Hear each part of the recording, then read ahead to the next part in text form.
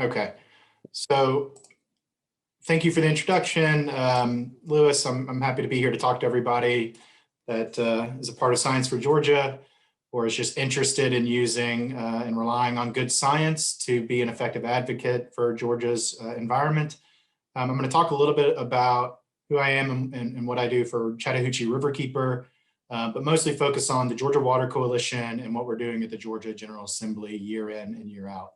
I want to thank Amy from Science for Georgia for inviting me and for being such a enthusiastic and helpful new member of the Georgia Water Coalition's legislative team. We need that kind of help. We need assistance from people with technical and scientific backgrounds.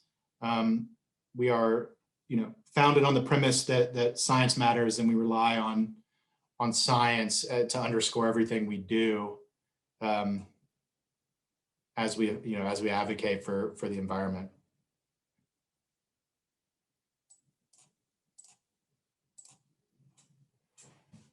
All right, make sure this is working. There we go. So really quick about the organization I work for. I am general counsel for the Chattahoochee River Keeper, which has been around for almost 27 years now.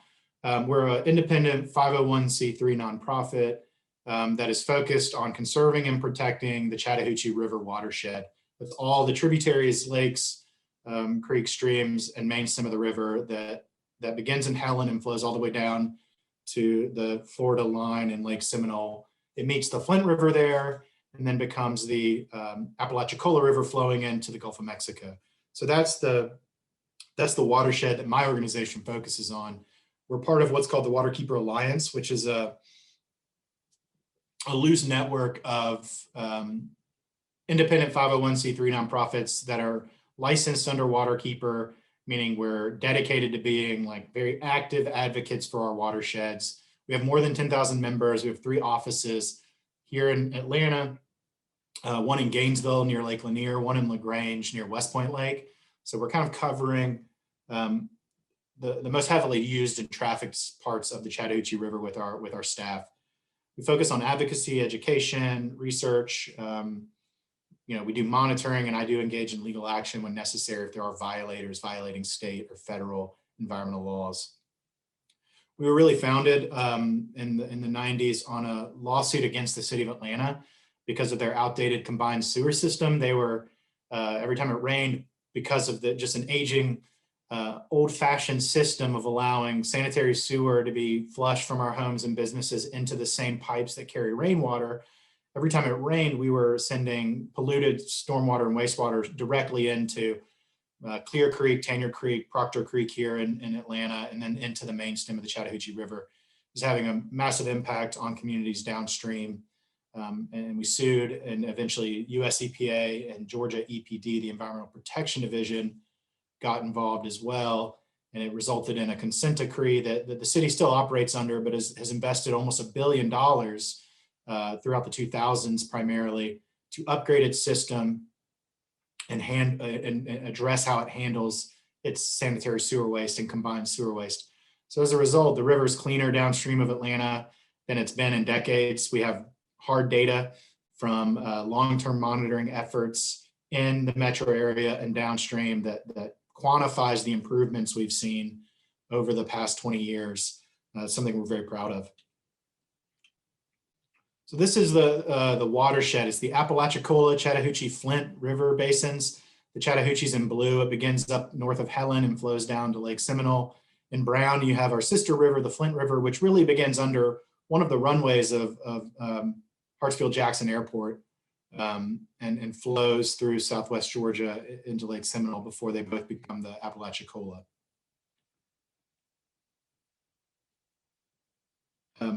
Because I'm talking to folks from Science for Georgia, before I get into legislative work, I'll talk about what river keepers do and what Chattahoochee River Keeper does specifically. We do rely on science and data to drive our work. So one of the Chattahoochee River Keeper's primary programs is called the Neighborhood Water Watch Program, where we have citizen scientists, volunteers who we train, who go out in the community every week and collect samples in stream from more than 180 sites up and down the watershed. And we take those to the labs we have at all 3 of our offices, which are managed under US EPA quality assurance protocols that have been reviewed by the agency. And we run these samples, and we're collecting one of the only long-term databases of water quality data, in the state. So we have now, since 2012, really comprehensive data for many tributaries and main stem stretches of the Chattahoochee that allow us to see in real time spikes of bacteria or other contaminants that are out of the norm, out of the regular bracket for that stretch of river or creek, and allows us to spot sewer spills almost as soon as they happen. And we use that to connect with the counties or cities where the data is leading us, where we might be detecting sewer spills, and they can get out there and find them and stop them. Because we can say, well, at point A, levels are normal. At point B, we have a sample that shows very high levels, and then it begins to taper off again at point C. So we have a bracket, and we can go out there in the field and find the spills, or at least point the counties in the right direction or cities in the right direction. So we rely on field work and lab work and data to drive our work. And that's the kind of work that the Riverkeeper and Georgia Water Coalition wants to support when we're looking at legislation, at new bills. We want to make sure anything we're doing that would impact the environment is based in sound science. So we can lobby. I'm a registered lobbyist. There are certain limits from the IRS to maintain your nonprofit status.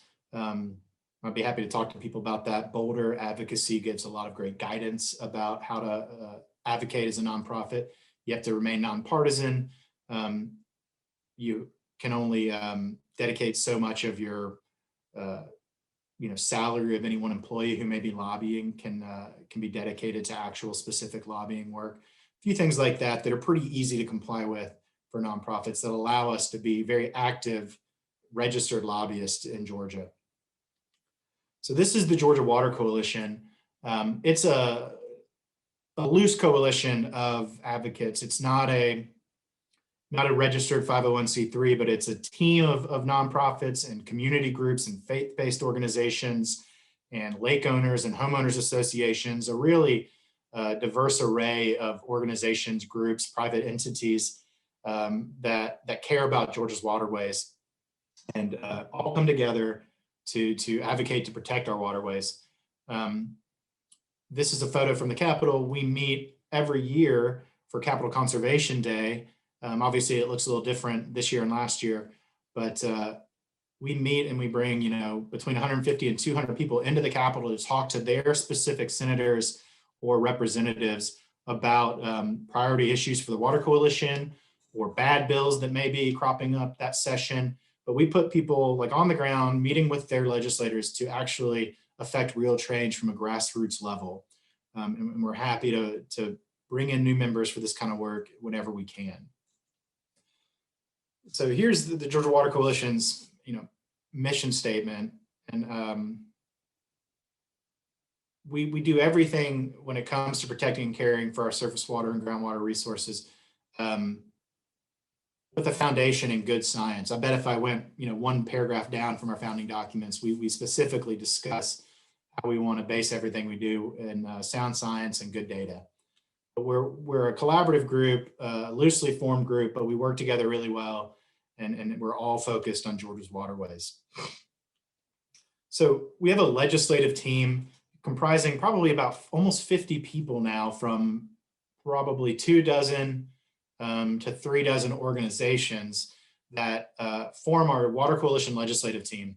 And over the past decade, the legislative team meets every Wednesday pre-pandemic in person at the Central Presbyterian Church that is right across Mitchell Street, or I should say Washington Street or MLK, one of those. I think it's Washington, right across Washington Street from the Capitol. So we meet in person and discuss the legislation that we're working on as a priority for us or that we may be concerned about, and get into the Capitol, at least once a week. Many of us, we have full-time lobbyists who are in the building every day, folks like me who are going 2, 3, 4 days a week during the legislative session. But we put real resources into this work. But to create the most effective change, we have to connect with and engage way more people than just the members of the legislative team. We need actual citizens doing grassroots lobbying and reaching their legislators to talk about issues. And one way to do that I hope, I'll send some resources that Lewis can share, maybe in an email update or however he wants to do that, or put this into the chat. But protectgeorgia.org is our citizen action alert website, where we have take action prompts for all of the priority issues or bad bills that we're working on. So you can always sign up to get alerts from Protect Georgia. You can go to that website and actually click through action alerts. And if you put in your address, we put you directly in touch with your senator or your representative or the mayor, the lieutenant governor, the governor, whoever we think that needs to be a direct contact for an issue we're taking action on. So, take note of Protect Georgia, sign up for that. There's a lot of resources there. We have a bill tracker every year where we actually put the issues that we're working on, the actual legislation that's live that session, along with all these different action alerts that we're working on. gawater.org is just the Georgia Water Coalition's general website. There's a lot more information there about the organization. This is the big event. This is good timing. I know that some folks may be watching this a few days after February 27th, but on March 3rd, that's this coming Wednesday, we have our annual Capitol Conservation Day. That was that photo of everyone on the Capitol steps from 2019. It's going to be virtual this year. Obviously, we're not going to be meeting in person at the Capitol because of the coronavirus pandemic, but we're still trying to engage our members and volunteers and anyone interested. And we want them to get in touch with their representatives about issues that are near and dear to us. So you can find registration information at gawater.org very easily, but it's going to be from noon to approximately 1:30. We're going to try to keep it to an hour during the lunch hour on Wednesday, March 3rd. We're going to give you all the tools you need to learn how to connect with your legislator, like what are the ways to do that during a pandemic, and then what we want to advocate for right now as one of our Water Coalition priorities is being considered by the legislators in this session. So I'm going to talk about some of this in the coming slides, but for an in-depth look at our priority issue on trust fund honesty, we're going to be going through that on Capitol Conservation Day this Wednesday, and we're going to be giving the attendees tools, practical tools about how to find their legislator, how to try to schedule a Zoom meeting or a phone call, or how to send an effective email, or how to hit them on social media. We have some of my partners and colleagues have some legislators that they can only talk to in Instagram direct messages, or only reach via Facebook Messenger, or only reach via text. So there's all kinds of new ways to reach legislators that can still be effective when we can't do it in person at the Capitol. I'm going to talk a little bit about the Georgia General Assembly. Generally, they convene annually every January. The Constitution sets the starting date as like the second Monday or second full week of January. I should have pulled that, but it generally around January 15th. And they have to meet for 40 legislative days. That's not 40 consecutive days. It's 40 days set by a calendar that the chambers agree upon. They typically end in late March. A lot of these folks want to be done in time to go to the Masters in a typical year. Yes, that's true. They kind of set their calendar based on a golf tournament in Augusta, but that shouldn't be any surprise really. But that is the general kind of bracket of mid-January to late March, early April every year. They're in session. Legislative sessions are 2-year terms. So we are now in year 1 of the 2021-2022 term. So what that means is that bills that are introduced this year, let's see. Yeah, that's right, Amy. The informal use of the Masters as a hard stop is so Georgia, not a surprise, but very real. The bills introduced this year in 2021, because it's year 1 of a 2-year term at the Georgia General Assembly, do not have to pass this year both chambers. They can move from their originating chamber to the next one, or they can just sit in a committee where they've been introduced throughout 2021, and they're not dead, quote unquote dead. They can be brought back up in 2022 and still become law. If they are introduced this year or in 2022 and don't pass by the end of the 2022 session, then they are effectively dead legislation and would have to be reintroduced as a new bill number in 2023. So that's how it works at the Georgia General Assembly. There's a 2-year term. So things that we like that don't pass this year can be revived next year. Things that we don't like and are worried about, we have to keep watching for next year if they don't pass this year. So crossover day is coming up very soon. I think it's going to be Monday, March 8th is a very important legislative day. Typically day 28, it's going to be day 20, typically day 27, it's going to be day 28 this year.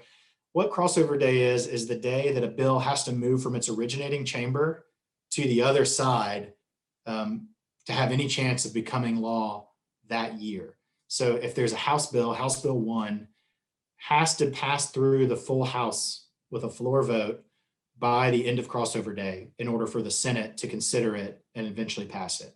So it's always a very active day, and it's going to be Monday, March 8th this year. And that's kind of the very, very active first really, really busy day for bill passage as the two chambers try to get their pet bills across. And advocates like us try to get our priority legislation across from one chamber to the other to have any chance of becoming law. But again, if they don't make it this year, they're alive in 2022 because it's year 2 of a 2-year term. So just a quick recap of last year, because it was so unusual because of the pandemic. We had a hard suspension on March 13th, as March 11th through 13th was really when this country took notice of the pandemic and realized we needed to take drastic measures. They ended up coming back in June because the one thing that the Georgia General Assembly has to do every year, is constitutionally mandated to do, is pass a budget. They have to pass a budget every year by the end of the fiscal year, which is June 30th, prior to July 1st. And so the session was suspended for April, May, June, 3 full months, came back, and really they focused on hammering out a budget that saw some significant proposed budget cuts because of worries about the pandemic's impact on the economy. When they came back this year, some of those worries didn't come to fruition, and they were able to put some more money back into the amended fiscal year budget to kind of pour some more money into some of our state agencies that were cut last year for the next few months leading into June. So there was some kind of relief for some of our cash-strapped, resource-strapped state agencies put back in a few weeks ago. Just a few hints. A few pieces of media. Sine die is the final day. It's day 40 of the legislative session.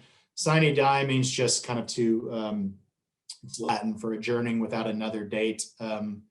It just means that they're done. But typically a day with confetti going up in the air at midnight, but things were much more subdued last year, and it'll be interesting to see what we do here in 2021. But everything has to be done by midnight that day, obviously, if you want to get your bill passed in that session. Last year was a really hard year. We've all had a hard year. It's been a very hard couple of years as this persists, but it was really a good year for environmental legislation, a really rare year of great success for Georgia Water Coalition's work, and kind of bore fruit for a number of the priority issues we've been working on for a long time. And it kind of shows the incremental steps that this takes to advance good environmental legislation in a conservative state that has,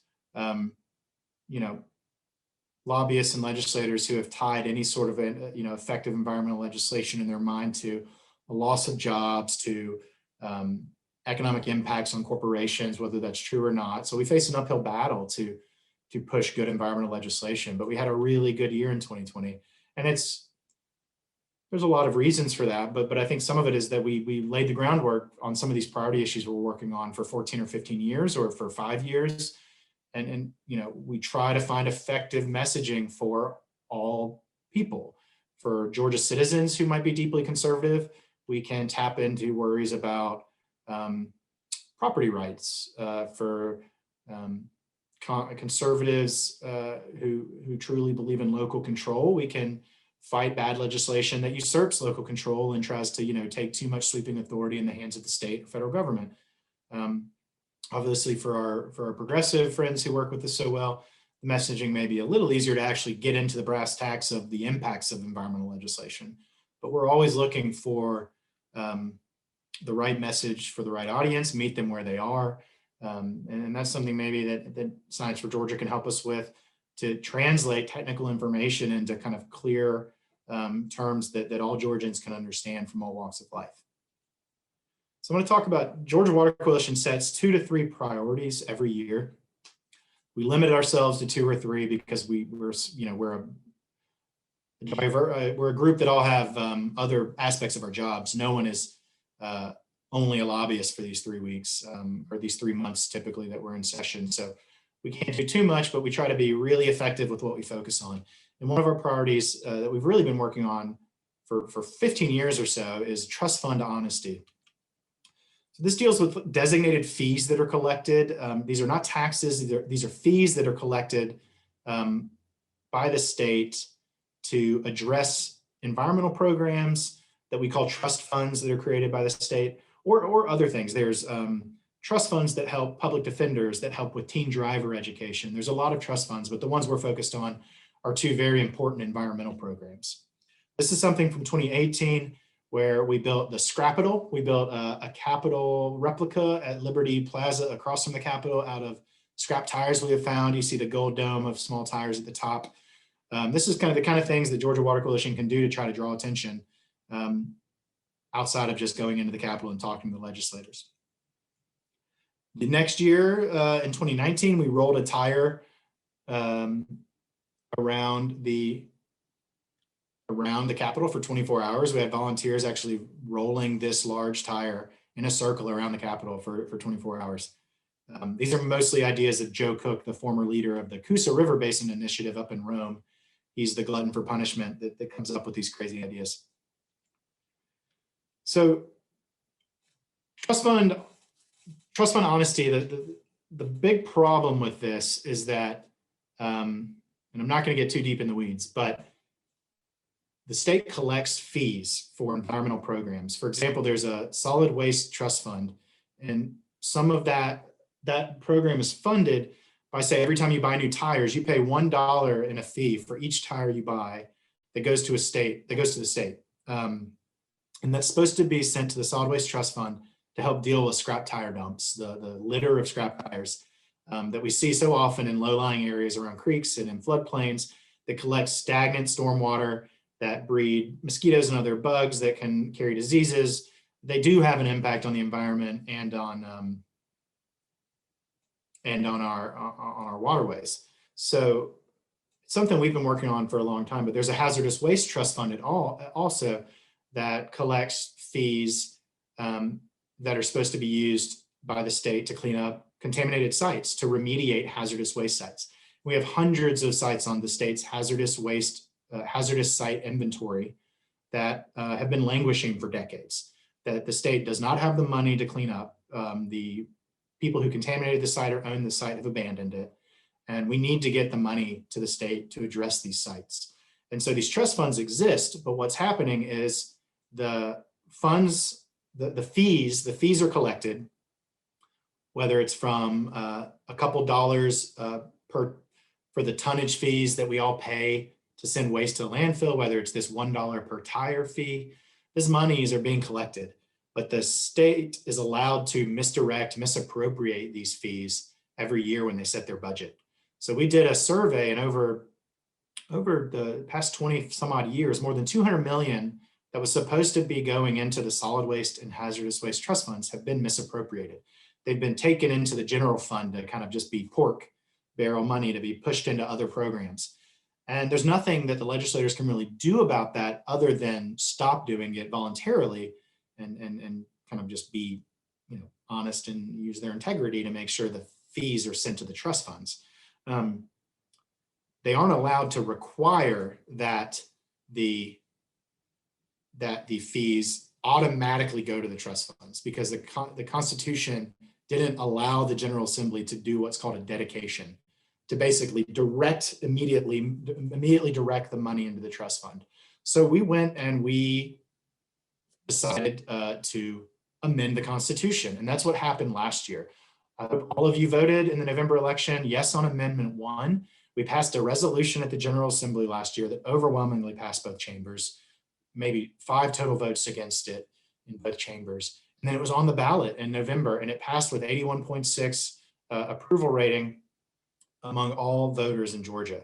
So now the Georgia General Assembly has the authority to do this dedication, to basically say, we're going to collect these fees and we're going to send every dime into the trust funds. We're not going to take 40, 50% of the money from these trust funds anymore.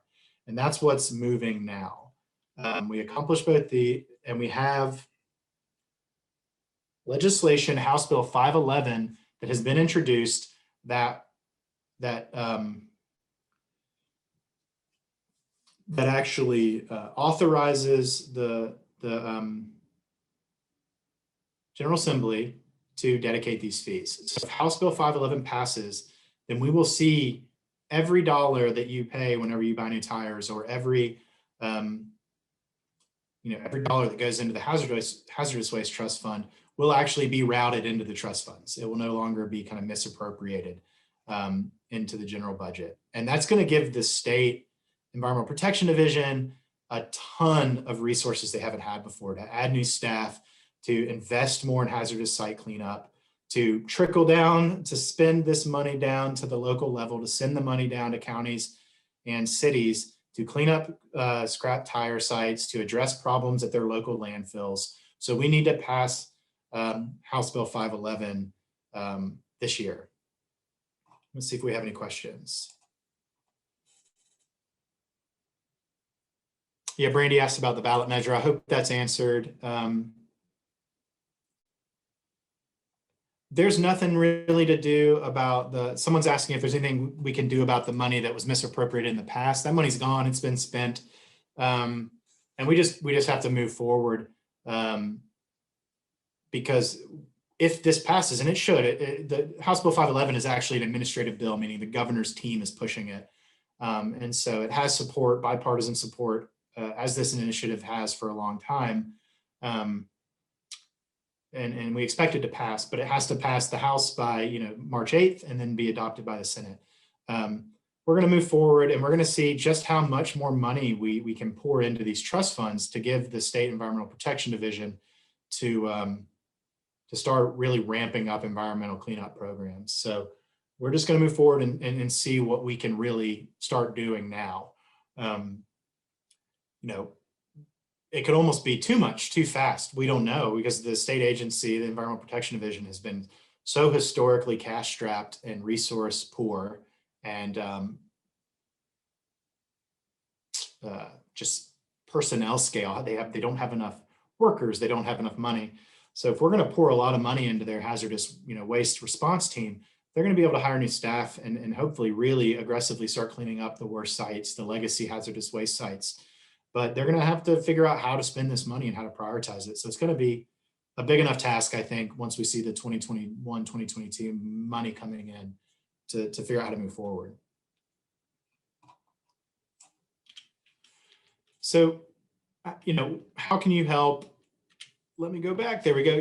We have an action alert on Protect Georgia that can allow you to reach out to your legislators and ask them to support the bill. This is going to be the focus of Capitol Conservation Day on Wednesday, March 3rd. So if you have a chance to register from gawater.org for Capitol Conservation Day, we're going to be focusing on this. We're going to have Jesse DeMombrew Chapman, who's our Coosa River Basin Initiative Director, who's been kind of our lead on this issue for many years, walk everyone through this issue again and walk through what we want to say to our legislators. And we're going to be going to our senators, because we think by Wednesday or by the end of next week, this is going to pass the House. We're going to get this through the House. And so we want to start telling senators about House Bill 511 under a pretty safe assumption that this is going to be in the Senate, on March 9th, because it has the governor's support. So we're going to already shift our focus to senators and start educating them about this, because we want this to fly through. We want to get this passed with overwhelming support and as soon as possible. So you can take an individual action through Protect Georgia. You can take part in Capital Conservation Day. We're trying to pre-schedule meetings. We've had success, with a half dozen or so legislators. So we're trying to take you all through this issue and how to talk to your legislators on March 3rd. And then later that afternoon or sometime on March 4th, we're trying to get you in a Zoom room or on the phone with your senator so you can talk to them about this issue. And so they hear from their constituents that you care about this issue. There's nothing more effective. There's probably only one thing more effective than actual constituent contact with your legislator. And we know that that's probably corporate money, if we're being honest, but we can do a lot too with our individual personal contact from constituent to legislators. It's so powerful. If anyone has any questions about trust fund honesty or capital conservation day, I'm happy to hear them, and then I can kind of talk through our other priorities over the next 15 minutes and other issues we're working on. I'll just move on to our second priority that we've been focused on really since about 2016, 2015, is the safe disposal and long-term storage of coal ash. This became very important in 2015-16 because of some federal and state actions. Coal ash,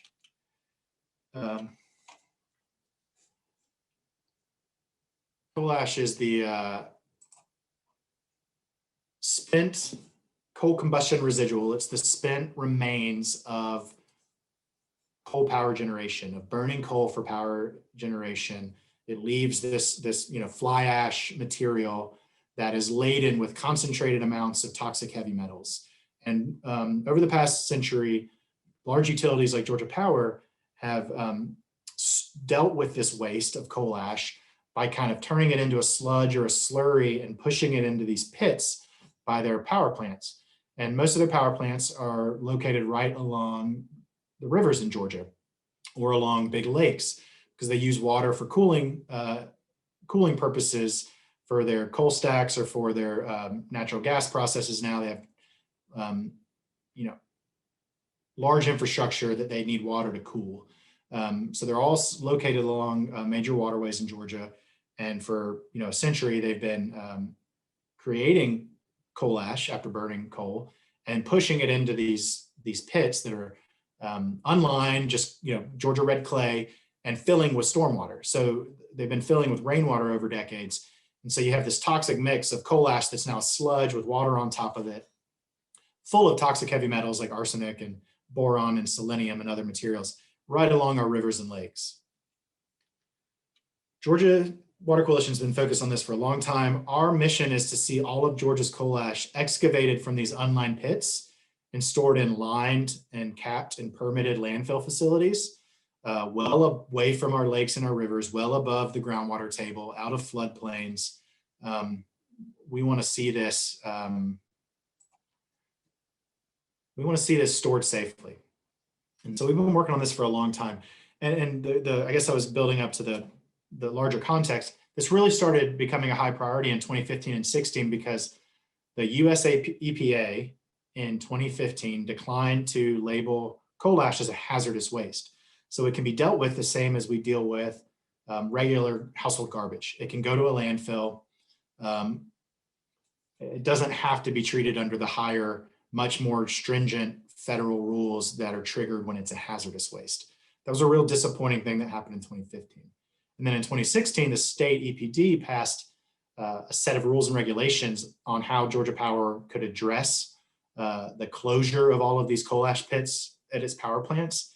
And the state is allowing them to close these pits by leaving them in an unlined state. So they're going to put a cap of material, synthetic material, over these pits that maybe keeps the rainwater from ever getting into the coal ash again. But what we're finding is millions of tons of this coal ash so they're sitting in these pits, and a lot of the pits are still submerged in groundwater. So the bottom 20 or 80 feet of some of these pits are in contact with groundwater, and groundwater doesn't stay in one place. It percolates and infiltrates and moves. It doesn't stay within set property boundaries. It moves in unpredictable ways, not necessarily following topography, not necessarily following surface waters moving towards rivers or lakes. It can move in different directions. And it can move off of these power plant sites and onto private property sites nearby, and it can potentially contaminate drinking water wells or other water sources.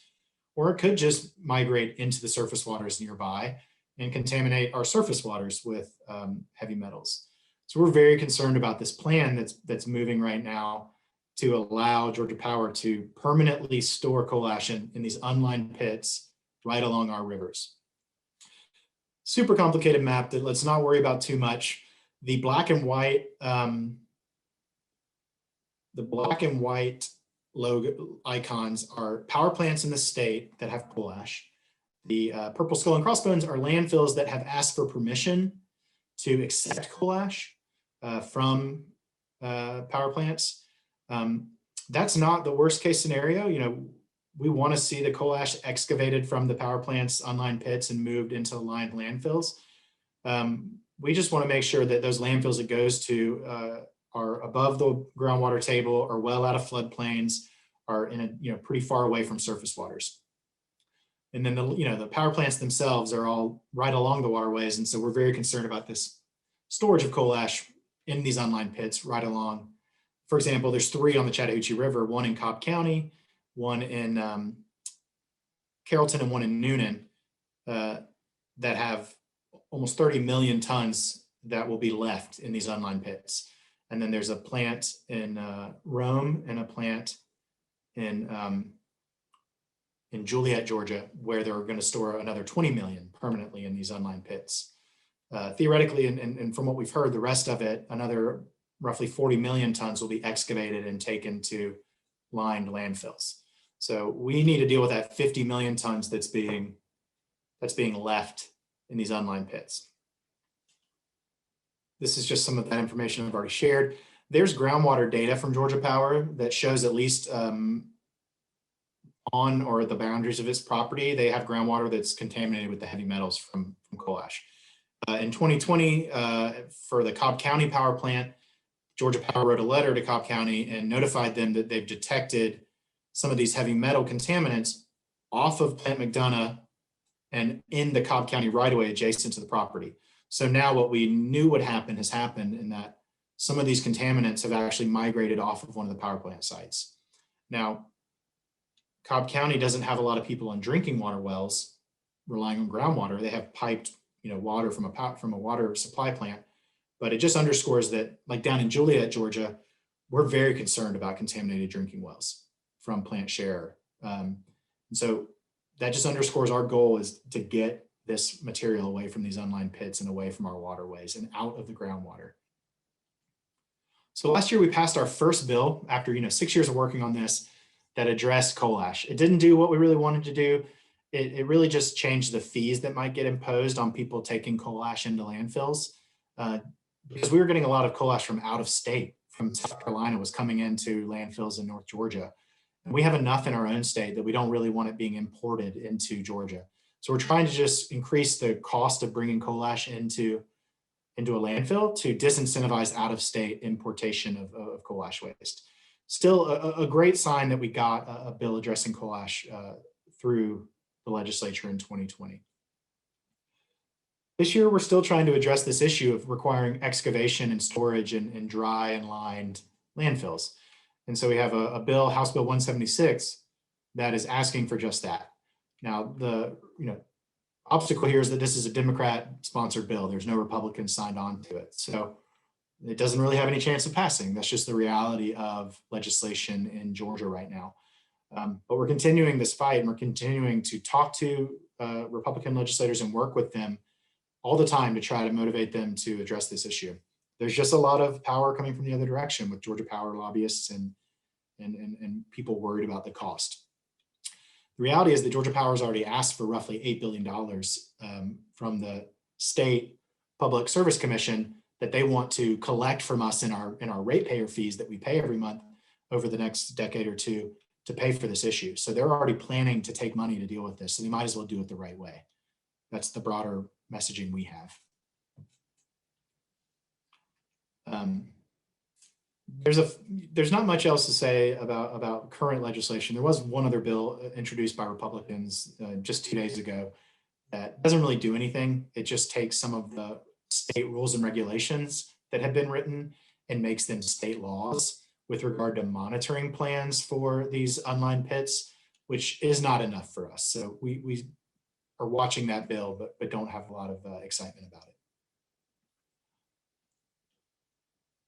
I believe, I'm sorry, I don't know the number. It might be House Bill 654 or 674. I'm looking for, I'll try to find the number. Another issue we work on though, and I don't want to rush, but I know we're already at 12:50. Another issue we deal with all the time, and what Georgia Water Coalition is very good at dealing with, are rollbacks. These are bills that are bad for the environment, that are introduced every year to save someone some money or relieve some regulatory burden on someone, but that will result in degrading our environment. And Georgia Water Coalition is very effective at marshaling grassroots opposition from Georgia citizens of all stripes, and getting them in touch with their legislators to fight bad legislation. And that's what Protect Georgia does. And again, that's where our messaging skills, I think, are very effective. We can really get into diverse communities from Metro Atlanta into Southwest Georgia and get people pushing back against legislation that maybe advances corporate interests but could hurt the environment for all kinds of reasons. Again, property rights is always a winning argument for us, that if it's an infringement on people's individual property rights or other kinds of benefits for the big that might hurt the small farmer or the small business or just the individual, we have a lot of success doing this. This current rollback that we're dealing with is this kind of national campaign to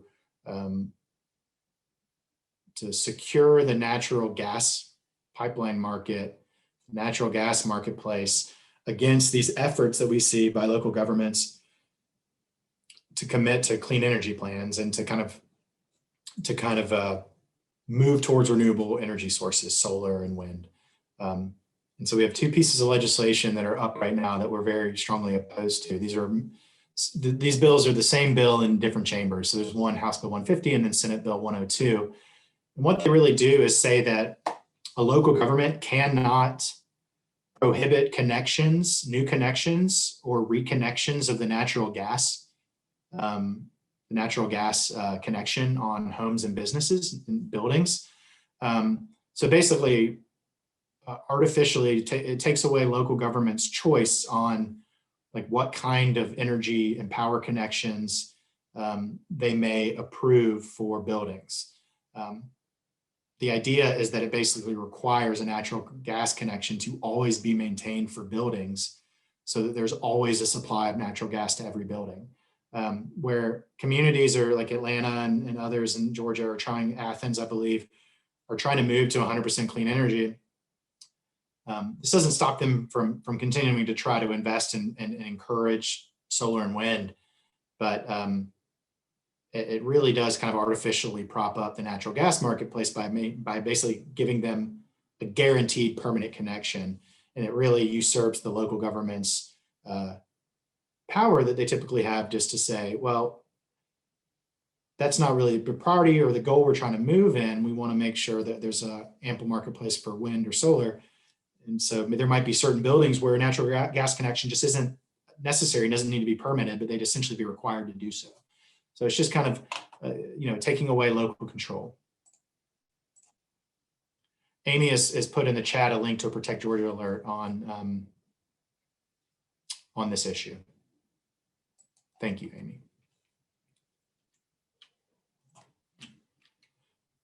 So that's our big rollback so far this year. And Sierra Club and a lot of other groups are working very hard on that, Environment Georgia. It does have a connection to water because the more robust the natural gas marketplace is, the more natural gas pipelines we get. Natural gas pipelines can be environmentally destructive. They're put in easements under rivers and creeks. They dig under them. They can lead to sinkholes. They require compressor stations that can, more of an air quality concern, but they can pollute the air. There's environmental justice concerns with these compressor stations, are often put in communities of color or poverty-stricken communities that don't really have the power to oppose those air polluting compressor stations that help kind of move the natural gas down the pipeline. So there's a lot of concerns with environmental impacts, not just kind of that local control concern. I just have a few other pieces of legislation if you're interested in what's going on in 2021 that Water Coalition is working on. I'm not going to spend a lot of time on these, but this is an interesting, very roundabout way of trying to do something that addresses climate change, the global heating, what we call it sometimes when working with Republicans, just rising sea levels. Because if you have enough people living on the coast, no matter what their political stripe is, they realize they're losing land to rising sea levels because of global warming, climate change. This House Bill 244 is just an effort to bring in more federal money and allow more financial flexibility to engage in flood risk reduction projects, essentially projects that give us some resilience in the face of rising sea levels. So it's just kind of a way to kind of pull in some federal funding and give local governments some flexibility and freedom to actually start adding resiliency into their planning as they try to account for climate change. This bill is moving. We do hope, and we'll be working to get it passed across the House by March 8th. I'll share these slides. There's plenty of people that are working on these that can put you in touch or give you guidance if you want to learn more, take action on these. There's a concern about microplastics and the use of single-use plastics that's very real that we really need to address. Chattahoochee River Keeper works with Georgia Tech to do some sampling in the river, where we basically put a net with very, very small gaps in it, and the microplastics we're finding in the Chattahoochee River are very concerning. I mean, very, very small particles. These plastic bags and other materials don't go away. They just break down into smaller and smaller pieces that are consumed by aquatic life and just have a detrimental impact. It's a very big concern. So there are people trying to address this at the legislature. This bill, frankly, is not going to go anywhere. It has one sponsor who's a Democrat, but I appreciate Senator James continuing to work on this issue. Just would be a kind of a broad-based prohibition on using plastic bags and styrofoam in retail settings. Would really prohibit that in a lot of ways, but it has a lot of alternatives like plastic pet waste bags and things like that, where it's just not feasible yet. We certainly support this bill. Encourage you to learn more about it, but it's not going anywhere, to be frank. Here's a really great bill by Senator Harrell from Atlanta. She's a Democrat, but she's written a very interesting bill that actually does have some potential to move. Senate Bill 224 is it's an incremental step in addressing plastic pollution. It essentially requires the state building authority, the Georgia Building Authority, to convert to paper from plastic by next year all of its single-use and carry-out products, all of its cafeterias. And there are a lot of cafeterias and a lot of buildings downtown that are managed by the Georgia Building Authority. So, it's very limited in its scope, but it's very well thought out and very effective. And it has the support of the Georgia Building Authority. So, frankly, we're hoping to get some Republican support from folks who are tied to the pulp and textile and paper industry. This would benefit folks who create paper products and who are a powerful lobby. So, we might make a further enemy out of the American Chemistry Council, who's always out here trying to head off any attempts to ban single-use plastics. But maybe it's a way to get strange bedfellows with the pulp and paper industry. And that's just kind of the things we think about when we're working on these issues.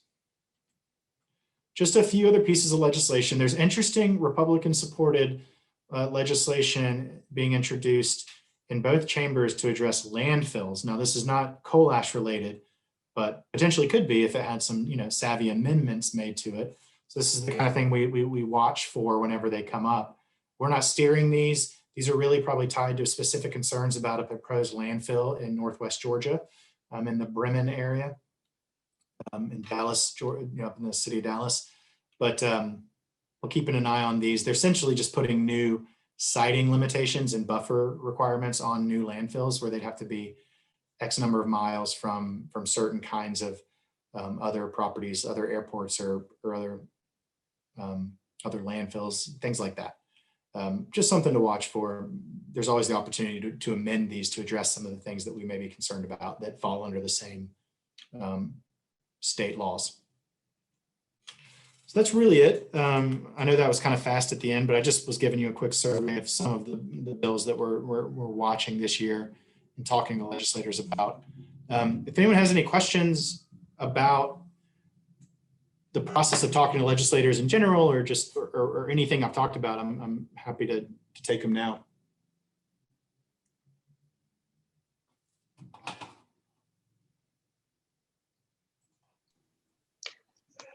Hi, Kevin. Hey, Amy, how are you doing? Good. How are you?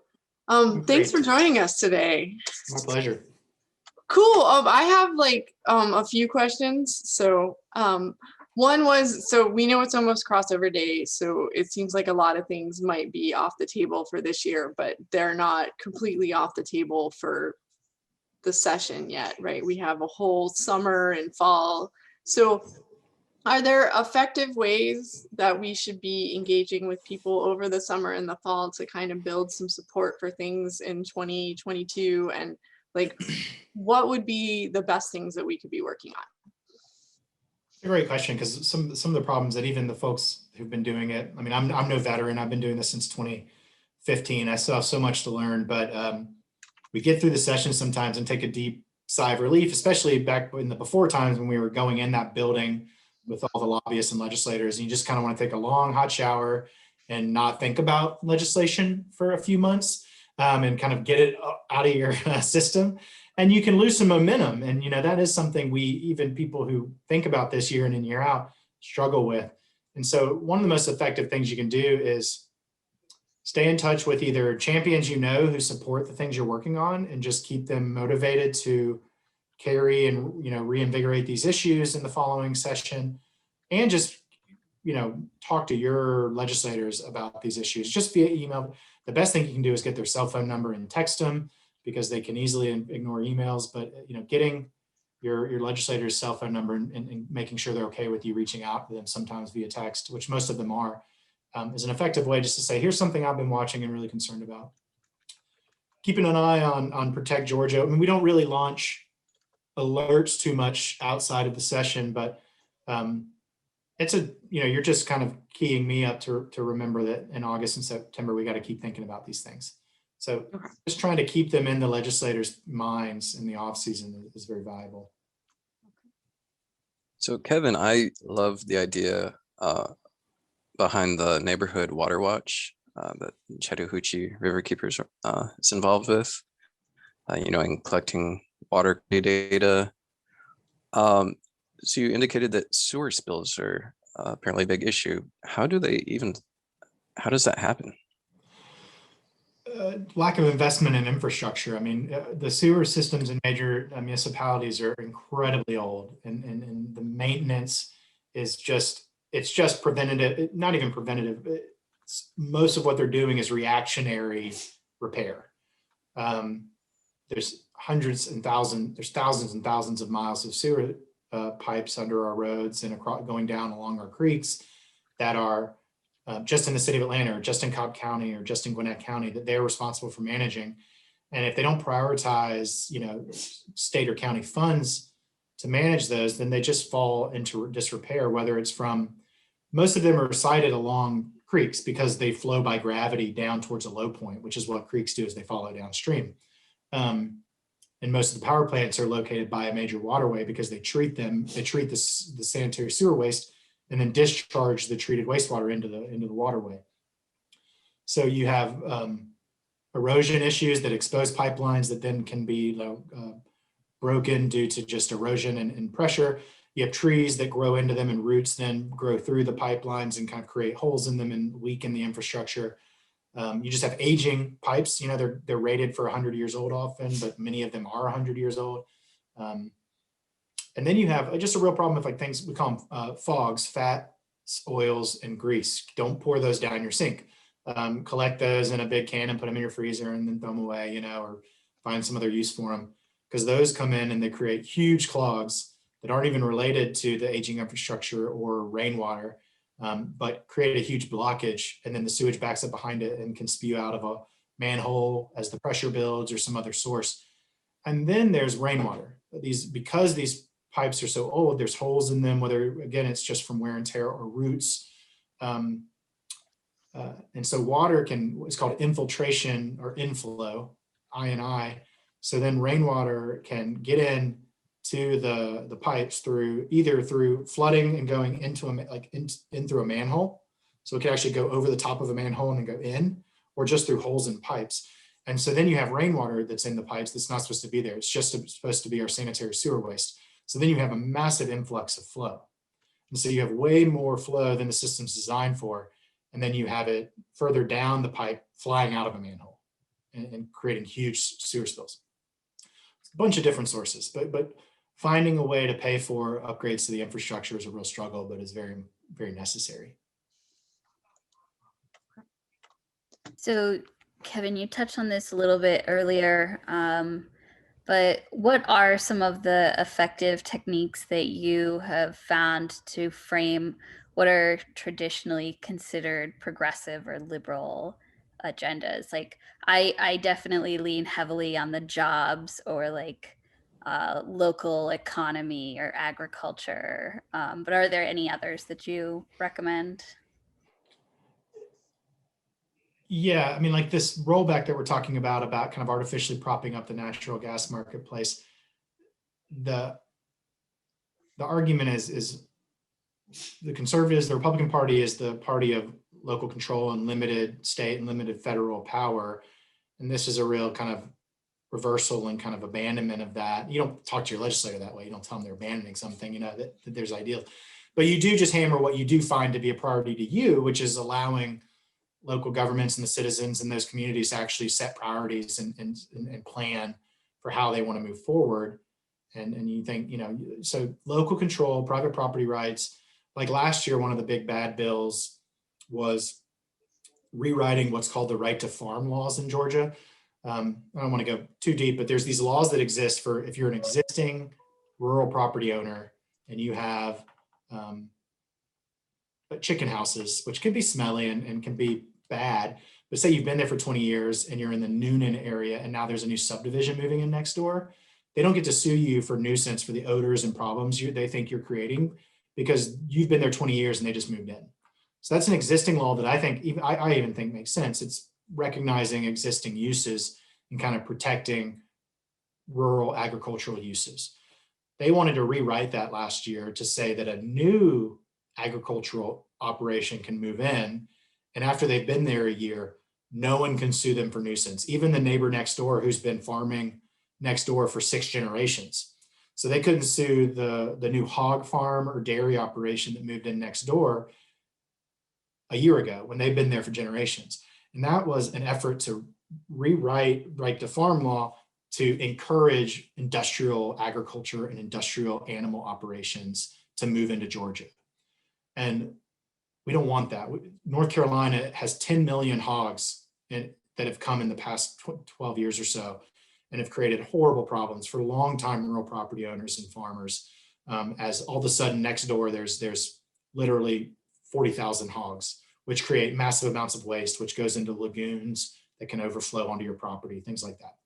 We don't want that in Georgia because it's, you know, international companies moving in. It's not small farmers that run those.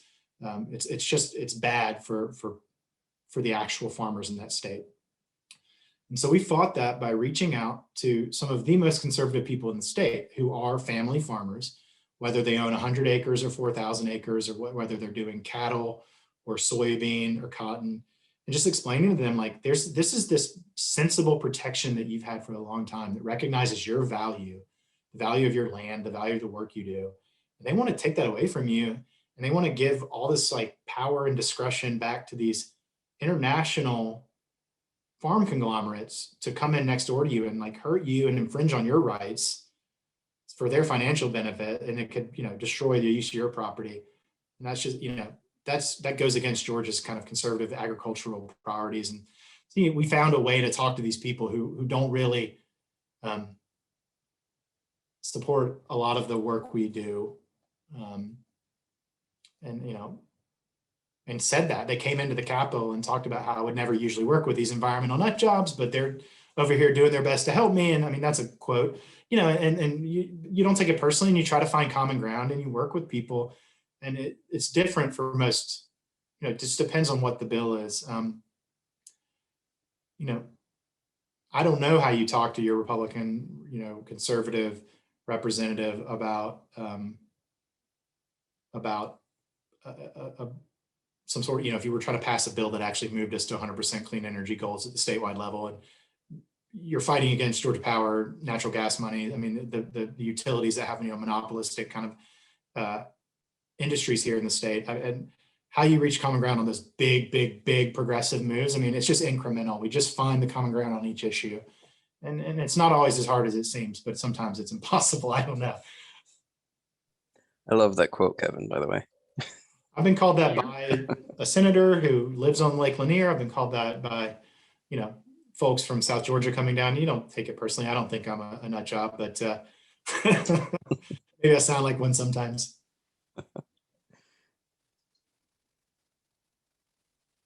All right. So do we have any more questions? You can type it in the chat or unmute.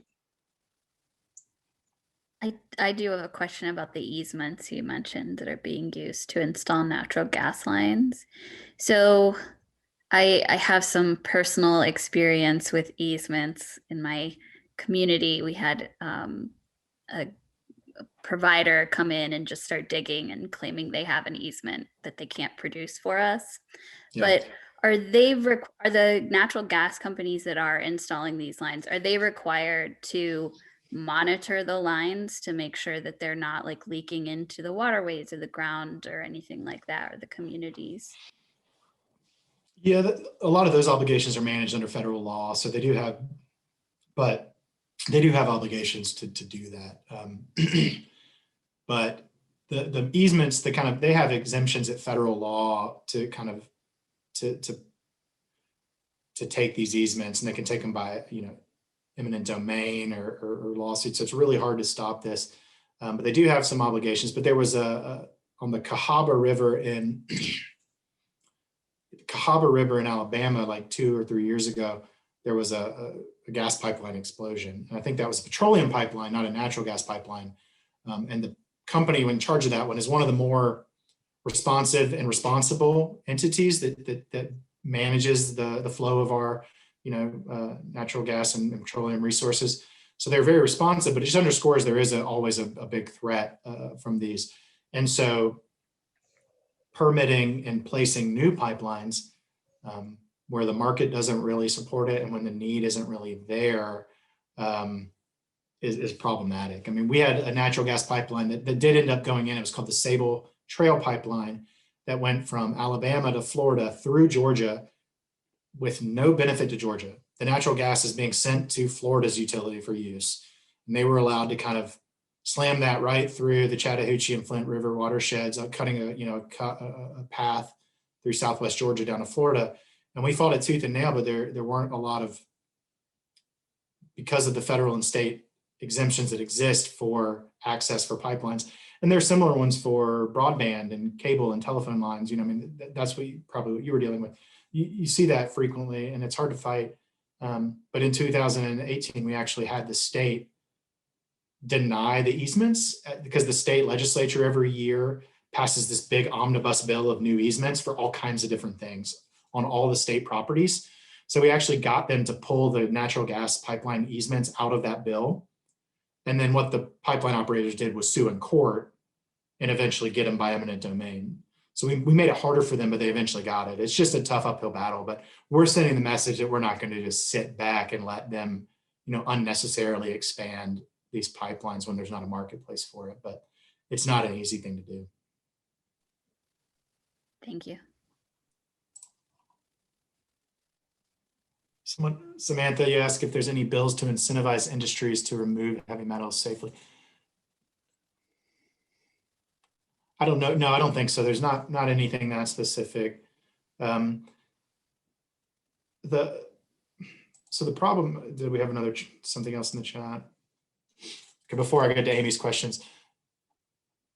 So like Georgia Power has this coal ash material, and it's no longer a wastewater material they're dealing with. It's like maybe it's still sludgy, but it's like a solid material now that's being stored in these pits.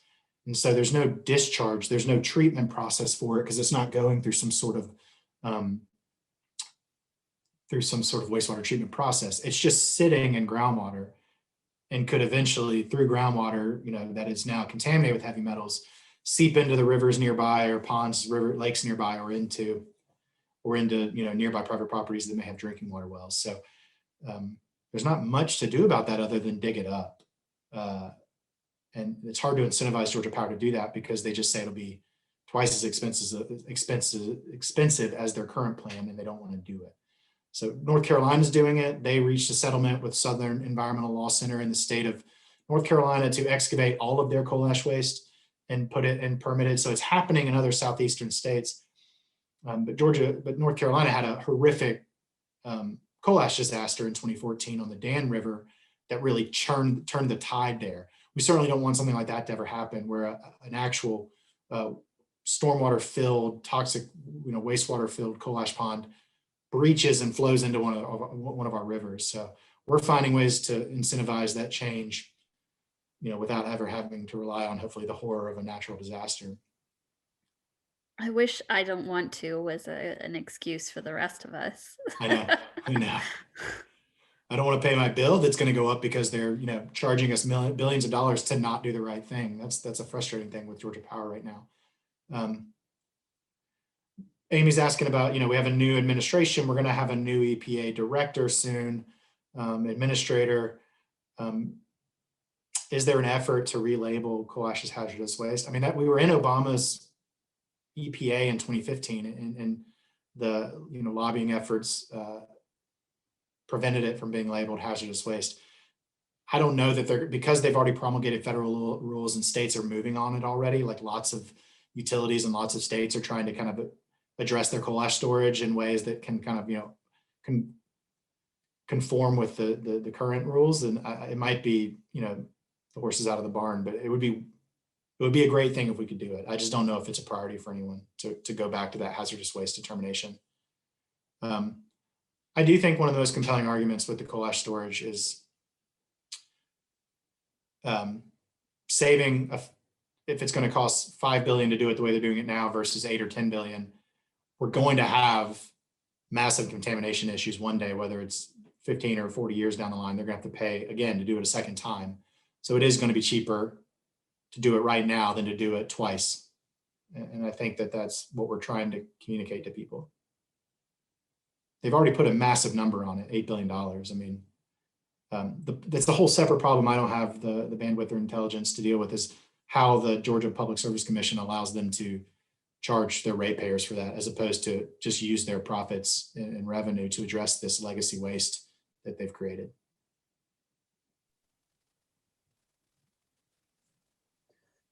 All right. Do we have any last questions? Do Okay, incentives work? sorry. Like, do laws that include incentives, like you get a tax break, or you don't have to follow this other thing, do those work to sort of push industries to do the right thing? I think they do. We haven't seen a lot of them in Georgia and under the current kind of leadership. Maybe not for a monopolistic utility that already can just say they want it one way and often get it that way. But I do think so. Certainly in the private sectors, I think they do work. I mean, tax incentives certainly have a long history of working, as long as they're intelligently deployed and not just freely given. But I don't know how you do that with regard to coal ash. We just need the legislative will to shift, and it's slowly shifting, but it needs to shift just to say you have to do it the right way. I mean, we just need the laws to change. Yeah, I was thinking more in line with like the plastics law that wasn't really going anywhere or something. Yeah, I mean, I think so. I mean, we have powerful lobbies like the Chemistry Council working to and it's a big business, but incentives could be a good idea. The idea that because every couple of years there's an attempt to ban bans, to basically ban local governments from banning use of plastic. So that's coming across multiple states. They've tried it in South Carolina, Georgia, many other states. We've been able to fight that back because that's a very egregious example of stripping local control. No one in Georgia has even proposed yet to really ban plastic bags. Tybee Island thought about it because they see sea turtles and other aquatic life dying from impacts from plastic waste. But I'd love to learn more about ways we could use incentives and some sort of market forcing measures that give them some relief in one way to kind of act right in another way. All right, thank you so much, Kevin. We really appreciate your time this afternoon. We do have a link to the presentation in the chat. If you want to download that, there are all the links that were mentioned during the presentation. Also, if you subscribe to our channel, we'll go ahead and post this presentation up there so you can view it again later. You can sign up for newsletter, and don't forget to check on vaccines for your eligible friends and family. So thank you again, everybody that joined. Thank you, Kevin. And thank we you. look forward to seeing everybody at our next virtual science event. Everyone have a great day.